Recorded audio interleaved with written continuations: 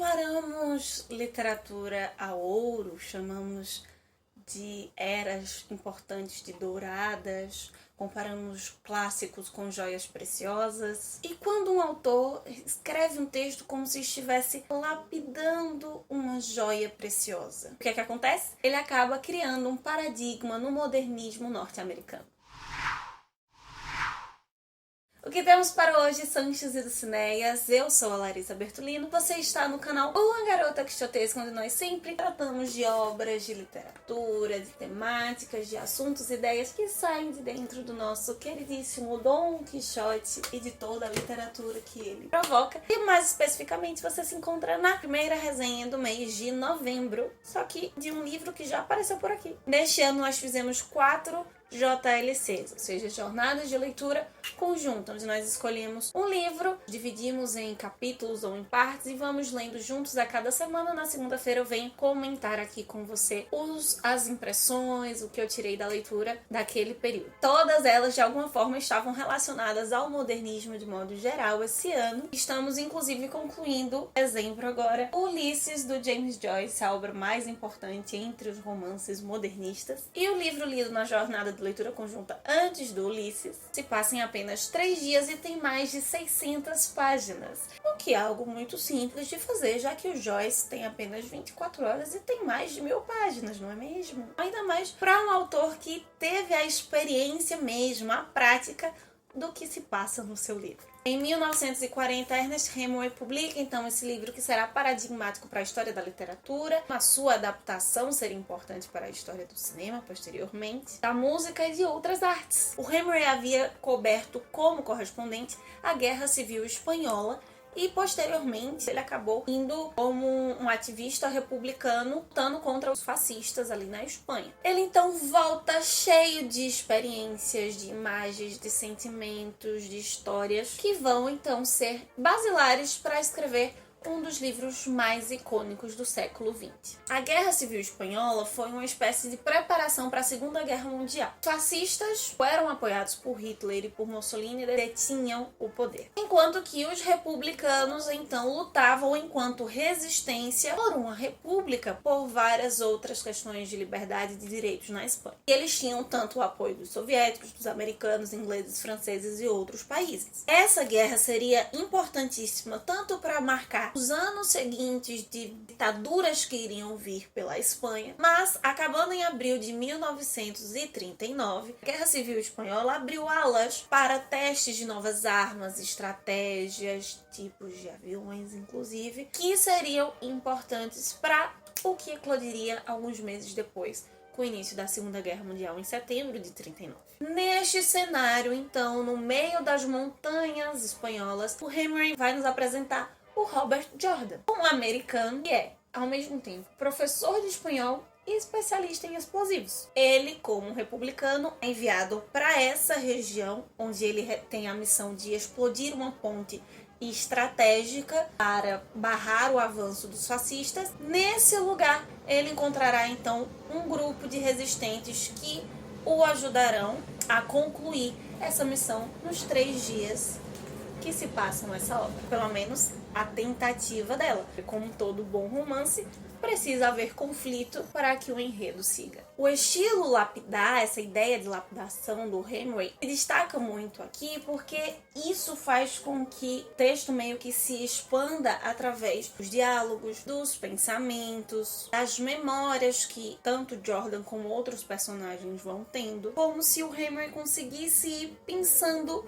o que há de mais humano do lado, digamos, positivo do que seria a humanidade, sensível, em meio a todo o caos que está acontecendo aqui. Seja no momento atual de quando a história está se passando, seja no caos que acontece também no período das memórias desses personagens. E se ele está burilando esse texto, ao mesmo tempo que nós encontramos muito brilho, também vamos nos deparar com muita sujeira que o envolve. O Robert Jordan chega ali para sua missão, só que ele é um cara extremamente pragmático que vai se deparar com um grupo resistentes que, talvez o melhor termo para definir esse grupo seja disfuncional. Pablo é o líder do grupo. No entanto, ele está ali assombrado com prenúncios e com medo de morrer e acaba se entregando cada vez mais à bebedeira. Se torna um personagem extremamente conflitante, instável, desconfiado, que será um grande empecilho tanto para a missão do Jordan quanto para outros pontos da história. Por outro lado, a sua esposa Pilar é uma espécie de matrona espanhola típica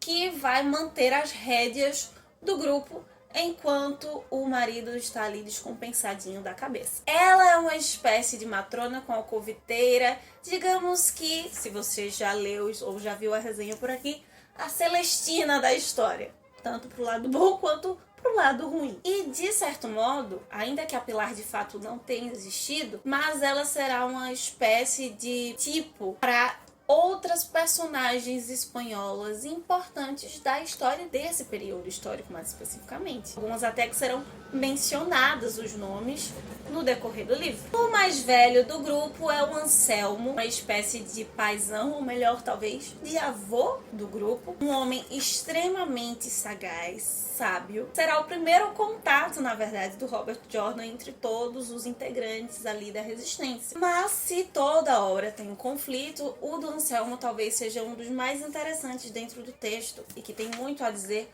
sobre o título da obra. Anselmo é um resistente, está em guerra.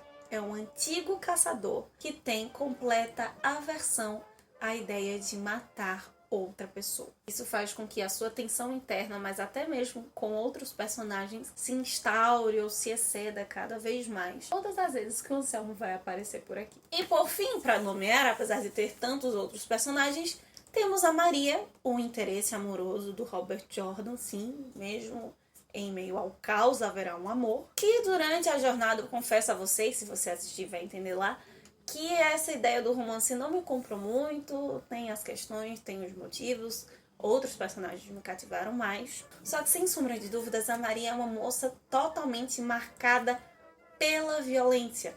E a presença dela nesse livro é quase como um alívio de mostrar que mesmo em meio à guerra, há esperança, há um prenúncio de paz, de um tempo onde as mortes incessantes possam finalmente deixar de existir. Como eu falei, há uma constante tensão, estão ali num período de guerra, os personagens, o grupo é disfuncional, então eles vão estar ali em conflito todo o tempo. Mas, além da situação histórica e social, parte dessas tensões também advém de fantasmas que muitos desses personagens, especialmente o Jordan, carregam na sua vida.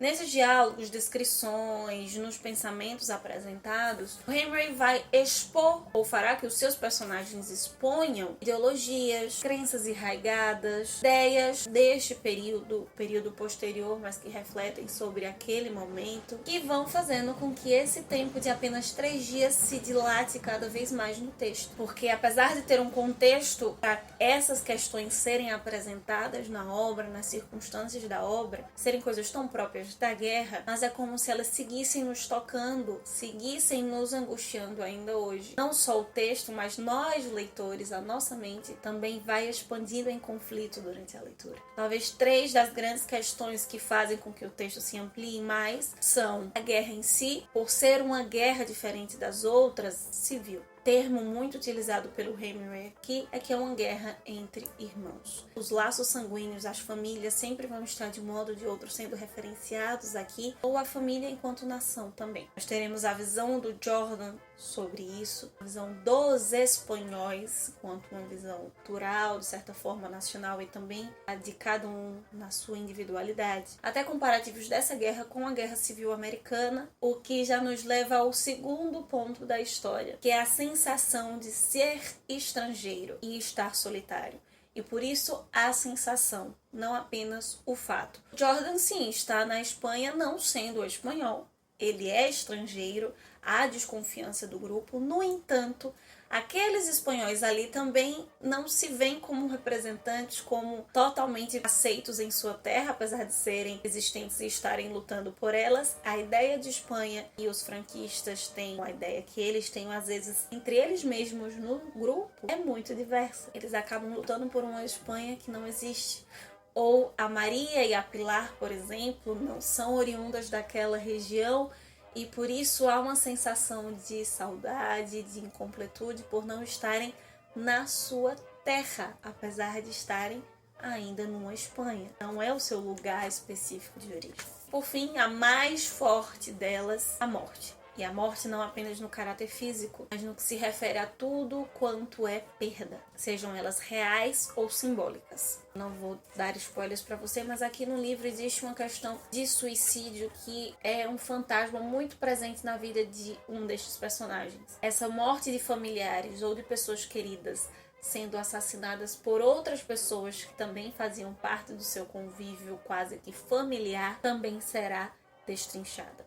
A morte como um propósito, como algo que ressignifica a vida. A figura do Anselmo enquanto caçador será muito importante para as ideias desse ponto. A tensão constante no risco de morte a todo momento. A morte diária do eu, de como a guerra vai minando quem nós fomos um dia, quem nós somos agora, vai minando a nossa vida, a nossa existência, os nossos pensamentos. Isso fica muito forte na figura do Pablo, essa distorção do que ele se apresentava antes de quem ele é e de como o grupo enxerga. Isso muito advém no caso dele especificamente por medo da morte. O título do livro em si que advém de um poema do John Donne, onde ele diz que a morte de um único homem me diminui, porque eu pertenço à humanidade. Portanto, nunca procure saber por quem os sinos dobram. Eles dobram por ti. Só um trecho, há um trecho inclusive ainda maior do poema dentro da obra, mas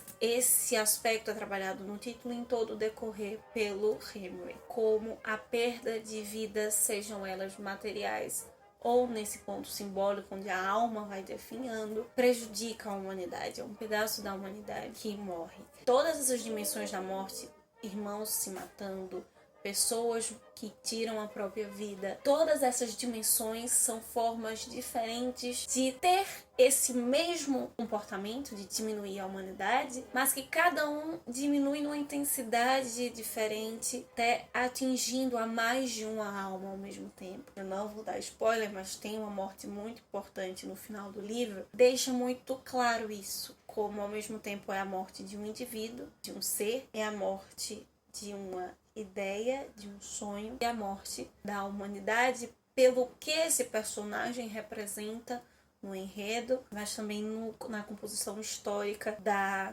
época. É um livro que nos faz repensar a morte, nos faz repensar a vida, as relações, as tensões da humanidade, tanto a macro nível quanto no cotidiano, de modo coletivo e individual. E hoje, sendo o dia onde nós celebramos, ou melhor, grande parte das pessoas no país celebram um dia de finados, e todas as formas como a morte ela foi ressignificada ou afetada no nosso convívio social, a forma como mexeu com a sociedade nos últimos 3 anos, é um livro muito propício. Pensarmos um pouquinho e refletirmos um pouco sobre tudo isso que nós temos passado, e da mesma forma como a morte ela é representada de várias formas diferentes nesse texto, como o luto, as perdas, elas também são diversificadas e não apenas nas mortes de seres queridos, de pessoas queridas, mas de tantos outros processos de luto,